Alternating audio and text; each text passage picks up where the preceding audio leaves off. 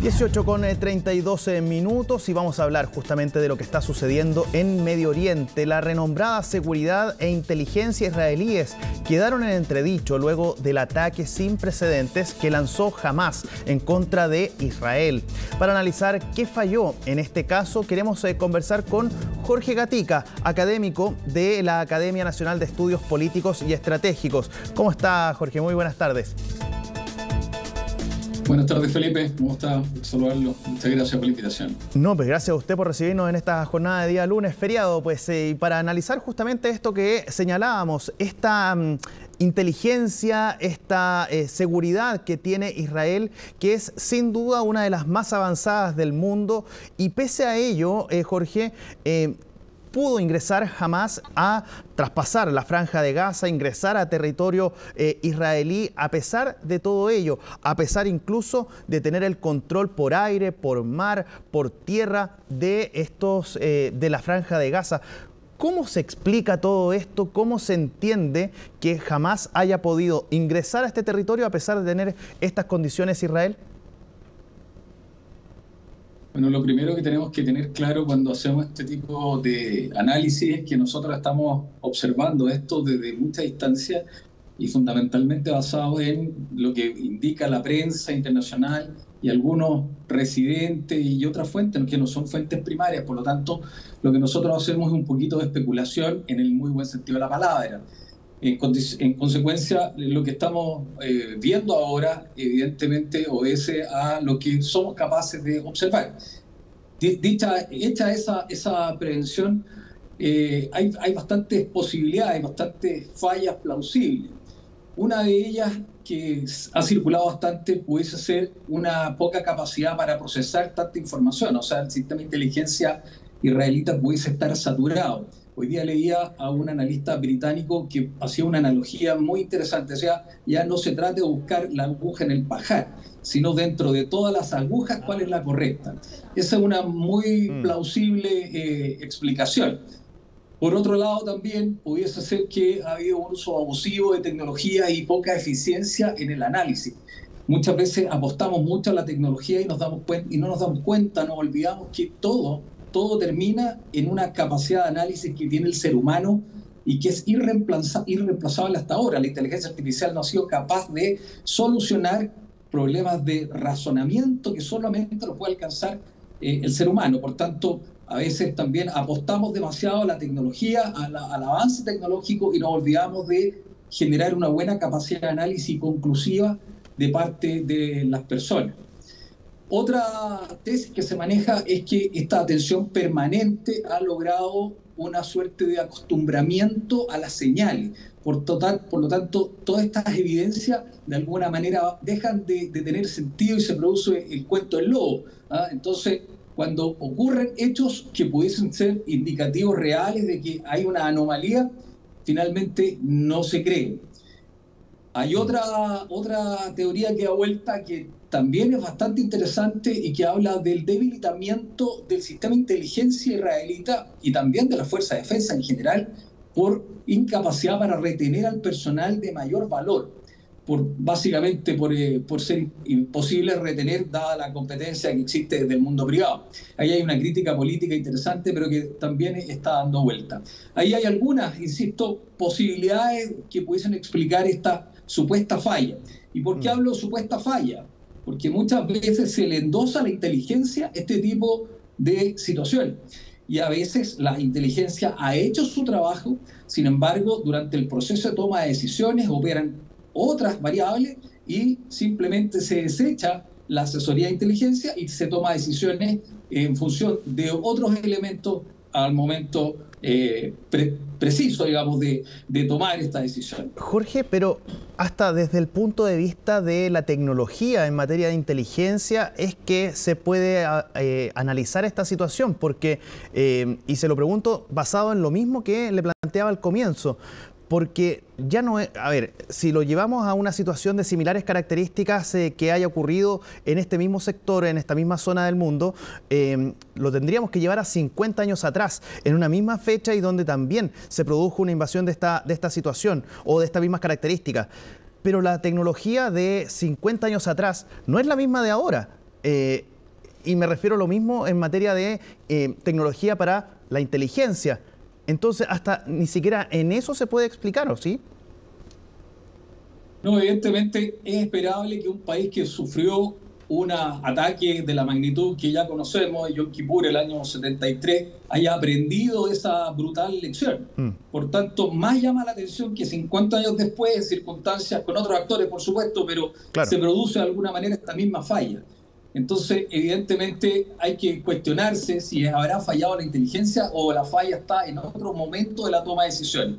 La inteligencia funciona en términos muy gruesos, ¿cierto? Primero determinando riesgos y amenazas. Los riesgos son aquellas anomalías, aquellos fenómenos que pueden afectar los intereses de un Estado. Y las amenazas son riesgos que son gestionados por un actor. Por lo tanto, hecho eso, una entidad de inteligencia lo que tiene que hacer es definir cuáles son las posibilidades, no las probabilidades, porque las probabilidades implican certezas. Las posibilidades fundamentalmente se juega con dos. La más probable, que tiene que tener una componente que sea lógicamente realizable y físicamente realizable. Y además se juega con otra que crece en importancia en la medida que crece la incertidumbre, que se llama la posibilidad más peligrosa. En este caso confluyen ambas. La posibilidad más probable y la más peligrosa para Israel en Gaza, dada la naturaleza de su oponente, de su adversario, Hamas, que es una fuerza asimétrica, que no tiene la capacidad de un ejército regular, por supuesto era haber ejecutado este tipo de acción, sorpresiva, atomizada, absolutamente no convencional. Por lo tanto, insisto, llama mucho más la atención que, conociendo cómo opera la lógica de inteligencia, se haya producido esta sorpresa. Insisto una vez más que se le atribuye inteligencia a la falla, pero hay que esperar un poquito para ver si pudiese haber estado en otra parte de la toma de decisiones el defecto que generó esta brutal sorpresa. Por ejemplo, una posible infiltración. Sí, puede haber algo de eso, puede haber intereses políticos de otra naturaleza, puede haber una serie de otros elementos. Pero, insisto, no quiero decir que no haya falla. Ya les expliqué 4 o 5 teorías que pudiesen explicar esta falla. No obstante, hay que esperar, han pasado recién 48 horas y todavía es un tiempo bastante corto para poder hacer un análisis más profundo. Sin embargo, pareciera ser que en efecto hay una falla, habría que buscar exactamente las causas, pero tener a la vista también que puede ser otras variables que no se explican desde la inteligencia. Exactamente. Ahora, Jorge, en cuanto a lo que tiene que ver con la prolongación en el tiempo de la acción tanto de contraataque que pueda tener Israel versus lo que pueda llegar a ser Hamas. En ese sentido, ¿cree usted que Hamas tiene las condiciones como para poder sostener la capacidad, en este caso, de defensa del territorio, considerando la magnitud de defensa al mismo tiempo, o valga la redundancia, que tiene Israel? ¿Puede sostener Hamas cuánto tiempo más esta situación? No, acá yo creo que hay una diferencia sustancial con respecto a lo que vimos en Rusia con Ucrania, por ejemplo. Ucrania sí tuvo la capacidad para hacerlo. Aquí hay una cantidad limitada de fuerza que además no han tenido el control del territorio como tal, no han sido capaces de apoderarse de terrenos críticos que le permitan mantener ese territorio. Por tanto, yo creo que es una incursión más bien aislada, más bien puntual, que obedece a un propósito político mayor, pero no tiene pretensiones de mantener y de conquistar y mantener ese terreno. Es prácticamente, diría yo, militarmente prácticamente imposible. Israel sabemos que tiene una de las fuerzas militares más potentes de la región, y por otro lado Hamas es guerrilla absolutamente regular. Vimos cómo se produjo esta incursión con recursos muy poco elaborados, bastante poco tradicionales, ¿cierto? Entonces, la verdad es que pareciera ser que no va por ahí. Pero lo que sí, esto se puede mantener el tiempo como todas estas crisis. Estas crisis, lamentablemente, uno no puede decir cuánto tiempo van a durar. La última del año 2021 tuvo cerca de 20 y tantos días. Sí.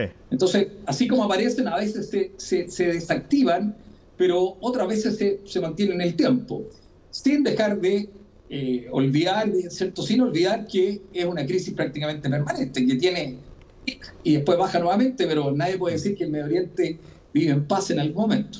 No, claro. Ahora, el punto aquí a analizar también, y basado en lo que usted señalaba, es ya quizás volver al origen de la conversación, es cómo actuó Hamás, porque en 5 horas lanzaron, bueno, según las fuentes provenientes desde Hamás o desde el movimiento, en este caso terrorista, como se le ha denominado, serían cerca de 5.000 cohetes que lanzaron. Desde Israel hablaron de 2.500 aproximadamente. Da lo mismo la cifra, son muchísimos cohetes los que fueron lanzados, pero además ingresaron por varios sectores al mismo tiempo para poder ingresar a territorio israelí.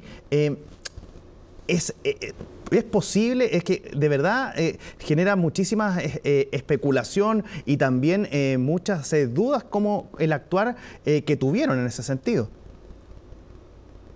Bueno, aquí lo que estamos viendo es básicamente el uso de fuerza de manera asimétrica. Hoy día los conflictos no son necesariamente entre estados y con los recursos y con los modelos que eran tradicionales. Ejércitos contra ejércitos, bajo bandera, obedeciendo órdenes de una estructura política definida. Aquí vemos que Hamás, por ejemplo, que controla el sector de la Franja de Gaza, no obedece a la Autoridad Nacional Palestina. Tiene una agenda distinta, tiene tiempos distintos, tiene liderazgos distintos, tiene intereses distintos. Por otro lado tenemos Hezbollah, que viene del Líbano, que también tiene su propia lógica. Entonces se tiende a asociar esta guerra Israel-Palestina. Pareciera ser que es una guerra más Israel-Hamás en este momento, hasta que tengamos otra reacción de la Autoridad Nacional Palestina u otra autoridad formal que representa al Estado palestino. Pero entonces, ¿Hamás habría actuado solo a su juicio? Podría haber actuado solo, apoyado por otras potencias externas, pero definitivamente es una cosa que está en el marco de lo que conocemos hoy día como guerra asimétrica, donde hay una fuerza no regular, no convencional, que no obedece a los mismos patrones de empleo que una fuerza normal y que se está enfrentando a un Estado que está así operando con sus fuerzas tradicionales, con sus instrumentos de fuerza tradicionales. Por lo tanto, cómo operan, evidentemente, van desde el chico al grande, van desde el más débil al más poderoso. Por eso que llama mucho la atención cuando se habla de esta posible falla de la inteligencia, que Israel no haya sido capaz de pensar fuera de la caja, sabiendo que lo que tenía en la Franja de Gaza no era una fuerza regular, sino lo que hay es una fuerza de carácter irregular y que iba a buscar elementos de guerra asimétrica si quería causarle algún daño. Entonces, insisto, por ahí llama bastante la atención este juicio de falla de inteligencia. Sin embargo, lo que estamos viendo es lo que se da en este momento, en este tipo de enfrentamientos donde fuerzas que son no convencionales e irregulares actúan contra fuerzas estatales. Una característica del conflicto moderno, por lo demás, lo que no quiere decir que no vaya a producirse en alguna oportunidad, en otro escenario, un enfrentamiento al más puro estilo convencional, interestatal, con fuerzas regulares. Eso no está descartado, eso puede ocurrir. Sin embargo, lo hemos visto en la guerra ruso-ucraniana, lo vimos en este caso, sí también se da esta modalidad de guerra asimétrica. Bien, pues Jorge Gatica, académico de la Academia Nacional de Estudios Políticos y Estratégicos, ANEP. Muchísimas gracias por esta conversación.